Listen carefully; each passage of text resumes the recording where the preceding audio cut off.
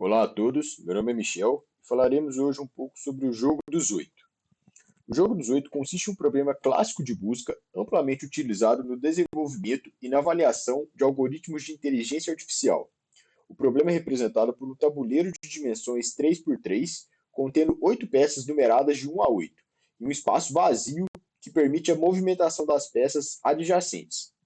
O objetivo é, a partir de qualquer configuração inicial válida, reorganizar as peças até atingir o estado final desejado, onde os números estão dispostos em ordem crescente e o espaço vazio ocupa a última posição do tabuleiro. A formulação do problema é composta por um espaço de estados, no qual cada estado corresponde a uma disposição possível das peças no tabuleiro. As transições entre os estados ocorrem por meio de operadores, que representam os movimentos dos espaços vazios, nas quatro direções possíveis: cima, baixo, esquerda e direita. Cada ação aplicada resulta em um novo estado, expandindo o espaço de busca. O espaço total de estados é composto por 362.880 configurações possíveis. Contudo, devido a restrições de paridade, apenas metade desses estados, que é 181.440, são solucionáveis. Essa característica impõe um desafio computacional relevante, tornando o problema adequado para análise de desempenho de algoritmos de busca. Para a resolução do problema, podem ser aplicados alguns algoritmos de busca. Então, temos a busca não informada, como a busca em largura e a busca em profundidade, bem como os algoritmos de busca informada, que fazem uso de heurísticas. As heurísticas mais comuns para este problema são a busca gulosa e a distância de Manhattan, que calcula a soma das distâncias horizontais e verticais de cada peça em relação à sua posição objetivo. A utilização de heurísticas é fundamental para otimizar o processo de busca, reduzindo a quantidade de estados explorados e, consequentemente, o tempo de execução. Neste trabalho, estamos utilizando os algoritmos BFS, que é o busca em largura, e o algoritmo A-estrela. O algoritmo BFS é um método de busca não informada, enquanto o A-estrela é um método informado, que neste caso faz uso da distância de Manhattan como função heurística para estimar o custo até o estado objetivo.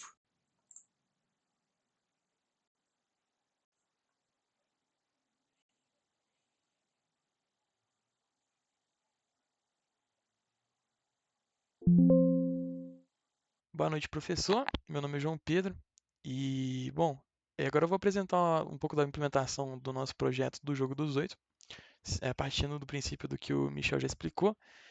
Aqui a gente tem a nossa classe do puzzle em si, né? Então a gente define primeiro um estado objetivo, que é como a gente quer que o tabuleiro fique depois que seja resolvido. E aqui a gente tem a classe em si. Primeiramente a gente tem aqui o nosso construtor. A gente tem uma funçãozinha aqui para achar o zero, que é o espaço em branco no tabuleiro.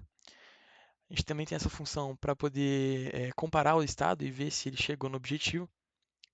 Tem a função dos possíveis movimentos que podem ser feitos no tabuleiro sem que extrapole os limites, né, para que não vaze. A gente tem a função de movimentação, né, de um possível movimento que o usuário pode fazer quando ele clica em um número do lado do espaço em branco. Essas duas aqui fazem a comparação de estados e jogam a estrutura num hash, né, para poder ser comparado. E fora da classe, a gente tem essa funçãozinha aqui de gerar um estado aleatório que vai ser o nosso estado inicial, para deixar o jogo assim um pouco mais dinâmico toda vez que reinicia a aplicação.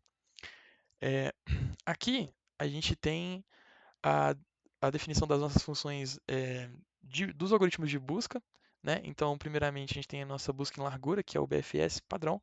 Então, ele vai utilizar uma fila e vai salvar o caminho em que ele passa para cada estado que ele visita. Aqui a gente também tem a implementação do algoritmo A estrela, que vai utilizar a heurística de Manhattan, né, que basicamente calcula a soma das distâncias de cada peça até sua posição correta no objetivo. Então ela vai ser utilizada aqui dentro do algoritmo A estrela, que usa uma fila de prioridade, né, que vai ser um heap, para sempre explorar o estado mais promissor. Então ele vai priorizar os estados com menor custo total estimado, que vai ser o caminho já feito mais a heurística, e normalmente ele vai encontrar a solução mais rápido do que o BFS. Né? Então, se a gente tivesse uma matriz maior do que a 3x3, e pedisse para ele rodar os algoritmos, o desempenho da estrela vai ser melhor. Aqui na nossa função main, no nosso arquivo main, a gente tem basicamente a implementação da nossa interface. Então, primeiramente, a gente declara aqui o estado inicial do tabuleiro, né, usando aquela funçãozinha que a gente criou aqui no Edpuzzle. A gente tem o nosso construtor, que basicamente vai inicializar o tabuleiro, os botões e todas essas coisas. A gente tem o Create Widgets, que vai ser a criação dos nossos botões. Então a gente pode ver aqui que tem o botão de resolver por BFS, resolver pelo Estrela, resetar o tabuleiro para a posição original de quando a gente começou. Vamos ter também a função de atualizar o tabuleiro, né, para mudar a animação de onde os números vão estar, né, na nossa interface, baseado no estado atual do tabuleiro. Aqui tem a nossa funçãozinha de mexer no tabuleiro manualmente, né, então o jogador pode clicar nos números que estão ao lado do espaço em branco e ir mexendo, e se ele conseguir chegar no estado objetivo, aparece essa mensagem aqui de parabéns, você resolveu o puzzle. A gente tem a definição da função que chama a busca em largura, né, o nosso BFS. Se ele não encontrar uma solução, ele solta uma mensagem. Mesma coisa aqui para o algoritmo da estrela. Se ele não encontrar, ele também solta uma mensagenzinha. A definição da função de animação da solução, então é o que faz a nossa interface mudar enquanto está sendo resolvido, tanto manualmente quanto pelos algoritmos. E por fim, uma funçãozinha só para de resetar, que vai fazer o tabuleiro voltar ao estado original, como já foi comentado, né? Então, aqui a main em si, e rodando o projeto, ele vai mostrar para a gente aqui uma interfacezinha, né? Então a gente consegue clicar aqui e mudar para onde a gente quiser e jogar o jogo. A gente consegue resetar aqui para o estado inicial. Se a gente quiser resolver pelo BFS, é só clicar aqui, ele vai fazer a animação, mostra aqui os movimentos que foram gastos, né? Mesma coisa aqui para o A estrela, que vai dar a mesma quantidade de movimento, mas por aquela questão lá da matriz ser pequena, então nesse sentido fica igual. E basicamente é isso, professor.